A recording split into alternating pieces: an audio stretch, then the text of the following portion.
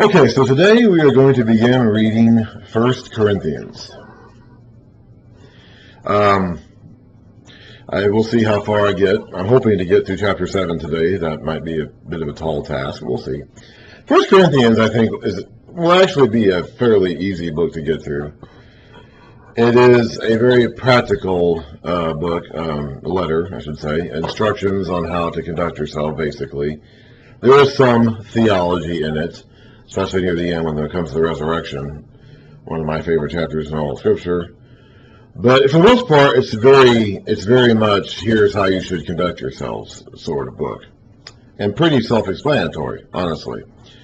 The major thing we need to know going into it is the background of Corinth itself and Paul's time there and his relationship to the Corinthian church, which we read about when we read through Acts 18 and 19 in our last series of videos. But to sum up again, Paul had gone to Corinth after leaving Thessalonica and Berea and Athens. He ended up in Corinth, which is in the southern part of Greece. In the New Testament, this region is called Achaia. And he was there for 18 months. He actually had a relatively peaceful stint there, and he was even declared legally vindicated by the Roman proconsul there, a guy named Gallio, who said that it was his preaching and the disputes he had with the Jewish leaders who were always going after him. Gallio determined that this was an inter-Jewish matter and that the Roman courts had nothing to do with it and had no interest in it. It was a matter that needed to be settled within the authorities within Judaism itself, which was a very significant legal victory for Paul, and he had a relatively peaceful stay there in Corinth. Of course, he can never stay in one place for too long. So after 18 months, he leaves, and he ends up in Ephesus, and Ephesus is where he is when he's writing 1 Corinthians. A lot of the letters we have of Paul, he doesn't actually say where he is. This is one of the relatively few letters where he does state where he is when he's writing a letter. He's in Ephesus.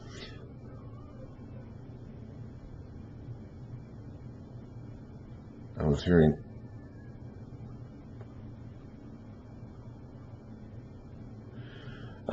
some, I guess it's the pipes. I'm not sure what that was. I don't know if it's coming across in the microphone, but there was a very strange noise coming from that general direction.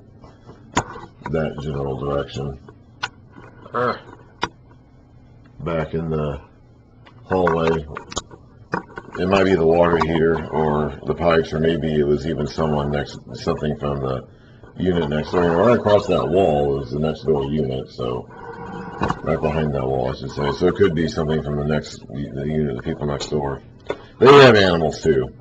I have cats, of course. There's one right there. The people next door have animals too, so I don't know. Anyway. So he ended up going to Ephesus after leaving Corinth, and that is where he is when he writes this letter to the Corinthians. He will write another letter to the Corinthians. Well, actually, he writes a few different letters to the Corinthians. He's already written one. By the time we read what we call 1 Corinthians, he's already written at least one letter to them. And he will talk about this letter in 1 Corinthians chapter 5, which we don't have anymore. So there's at least one other piece of correspondence, written correspondence, between Paul and his Corinthian church that we no longer have. That predates the letter that we call 1 Corinthians. He was in Ephesus for 2.5 years, somewhere around there. So he was gone for a while. After Paul left Corinth, other people came in, especially, we read about this in Acts 19, especially a guy named Apollos. And apparently Peter was there too, at least for a short while. I'm not sure. I'm not really as clear on that, because he does mention Peter. But what happened was, and apparently by the time Paul is writing this letter to the Corinthians, Apollos has also left Corinth. I don't know who would be in charge of the church at Corinth at that time. Paul is not there. Apollos has already left. Peter is probably not there either at that point in time. So I'm not sure who actually was left in charge. Maybe that was part of the problem. They didn't have a clear-cut leader. I'm not sure. But one of the big issues that's going on in this church is that, in which I think they themselves didn't necessarily consider to be a big problem, I'll talk about that in a moment. But one of the big issues in this church was that they were forming separate groups or cults of personality almost within the congregation based on which teacher or teaching style they preferred. And Paul's going to deal with that in the first part of this letter. It's going to kind of run throughout the letter, this idea of forming cults of personality based on individual teachers is going to be kind of a run throughout the letter, but it's really going to be dealt with from the beginning. I don't think the Corinthian church themselves thought this was a problem, any more so than they may have thought it may have been a nuisance. But so what seems to have happened is that Paul is in Ephesus, and some people from the Corinthian church come to him, and they have a letter. In which the Corinthians are asking Paul about a series of things.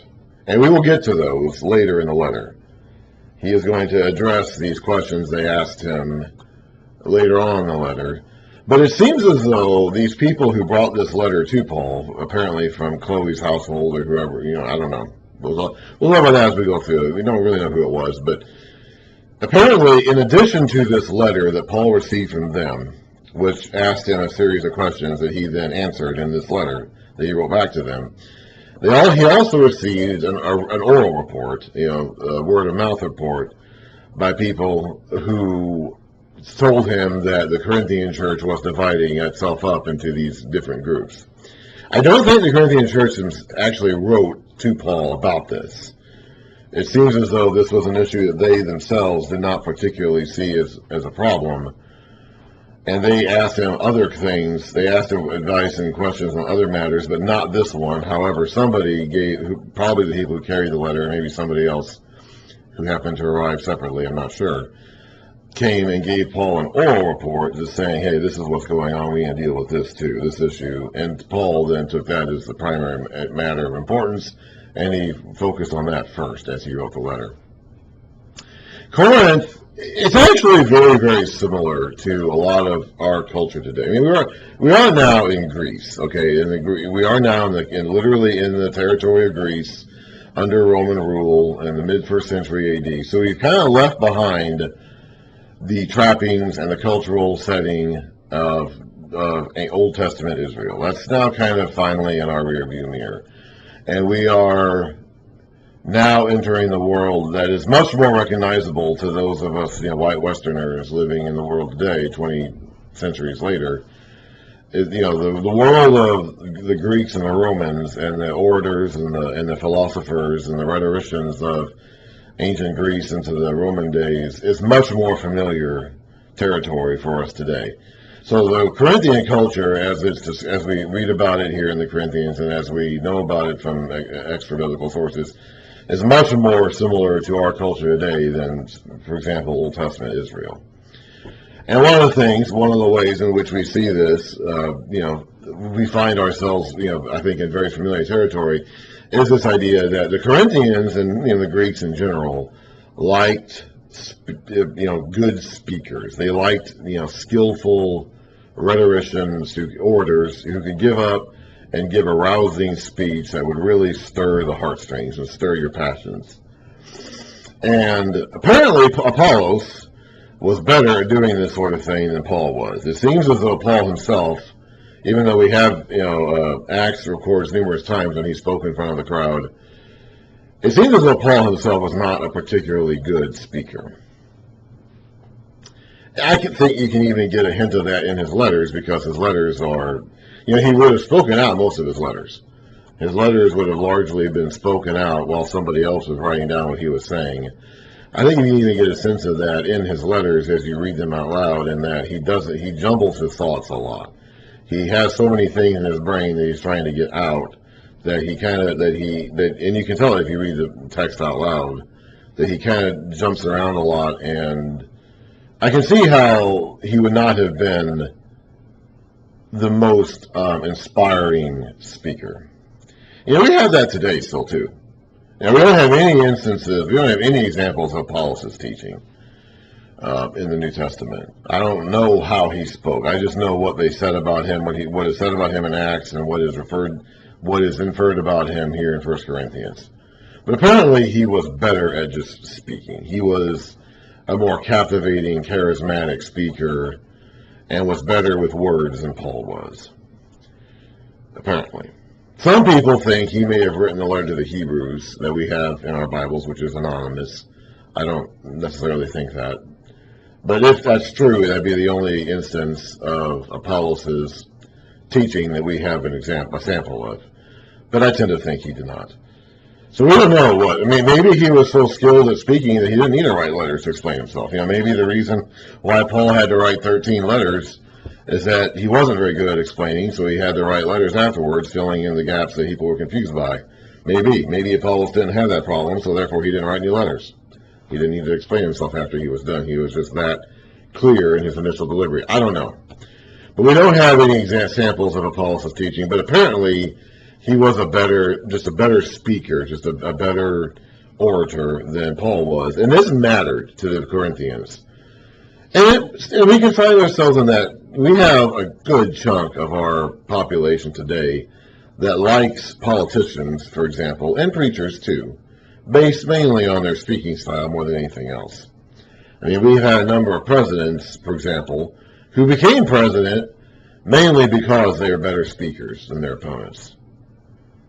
I mean, that's been happening pretty consistently now for at least the last 100 years since we've had like radio and television communication where the people could hear the speakers directly. A number of our presidents have been elected over their opponents based mainly, if not even solely, on just their better ability to speak. And even today in the church, there have been many times when we have had church splits or church divisions because there's been a personality conflict between leaders within the church, and then the leaders split and they take kind of their side of the congregation with them. That's very, very, very, very common. I think everybody, in some way or another, whether it's in your church group or your business group or your I think we're all familiar with this phenomenon of different groups or cults of personality forming based on different leaders and causing trouble. And that's what was happening in the Corinthian church.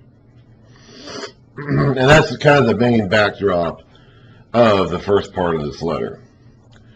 And another major backdrop of this letter is that the Corinthians, this was a Gentile church. Okay, now there were some Jews. Okay, Paul, as always, went to the synagogue first, and he converted whoever he could out of the synagogue before he started going to the Gentiles, including apparently the synagogue leader Sosthenes. You read in Acts 18 about Sosthenes the synagogue leader getting thrown out and beaten during Paul's hearing before Gallio. And the Jews apparently thought, I think from what I gather, the Jews wanted Sosthenes, who was synagogue ruler, to press the case against Paul. And when Paul got off, they got mad, Sosthenes, and beat him up.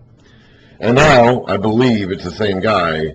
Sosthenes is listed as a co-author at the beginning of 1 Corinthians. So apparently, and I think it probably is the same dude, this guy then converted. He went with, after getting beaten up by his fellow Jews, he went with Paul, converted, and even went with him to Ephesus, because he's apparently there with him in Ephesus, and is listed as a co-author of this letter.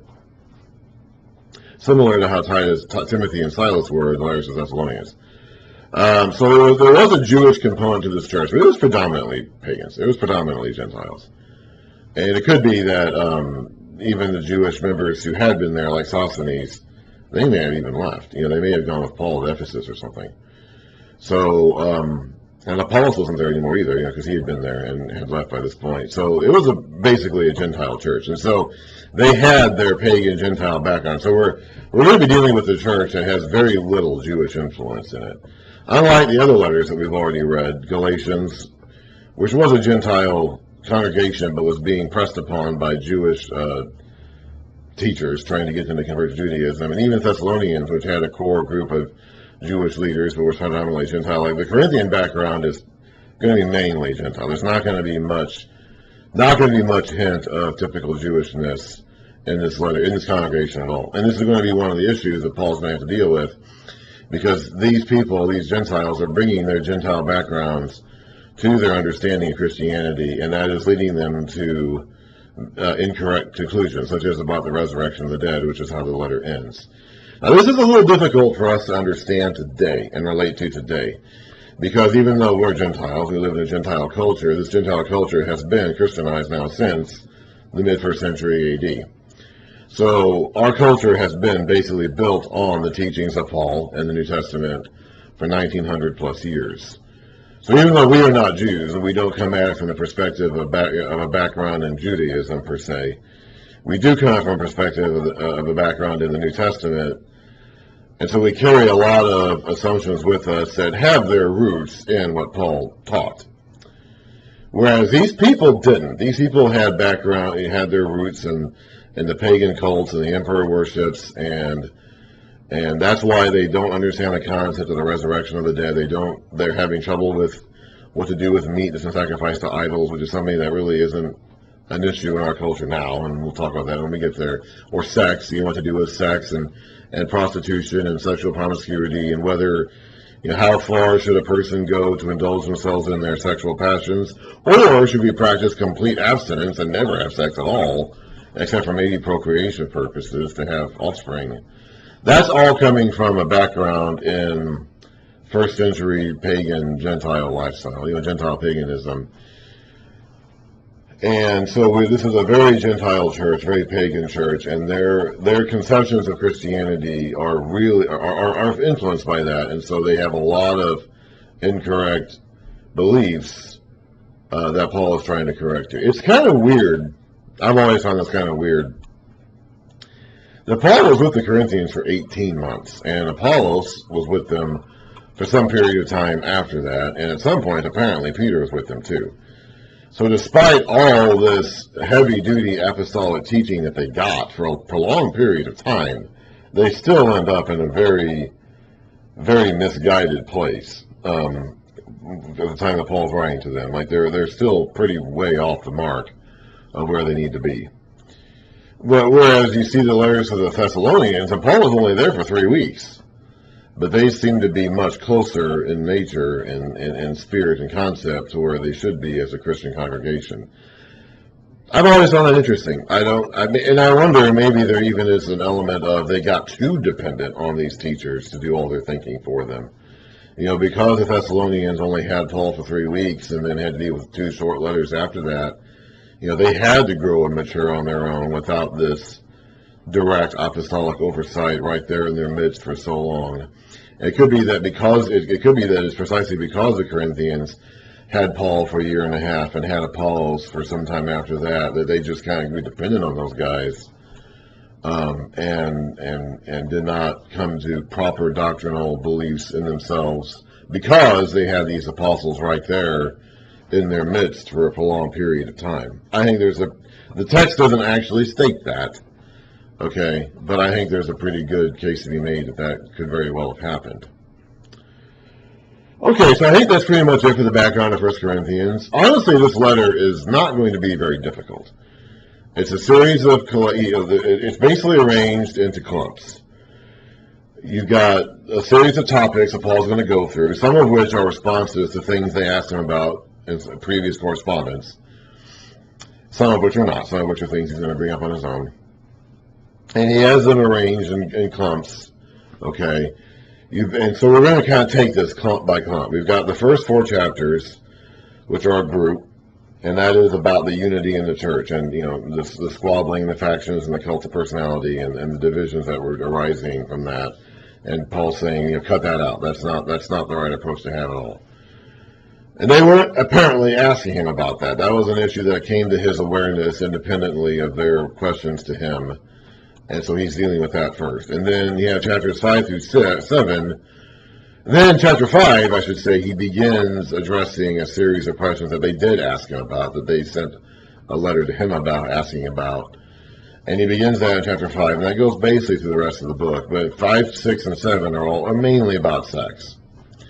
And then 8, 9, 10, and 11 are about how to conduct yourself with regard, the primary topic is about meat sacrifice to idols, but just how to conduct yourself as Christians in the very Gentile, pagan, non-Christian environment, or how to deal with younger Christians, younger in the sense of more recently converted and less mature in their faith, how to help them wise up and get to a place of maturity.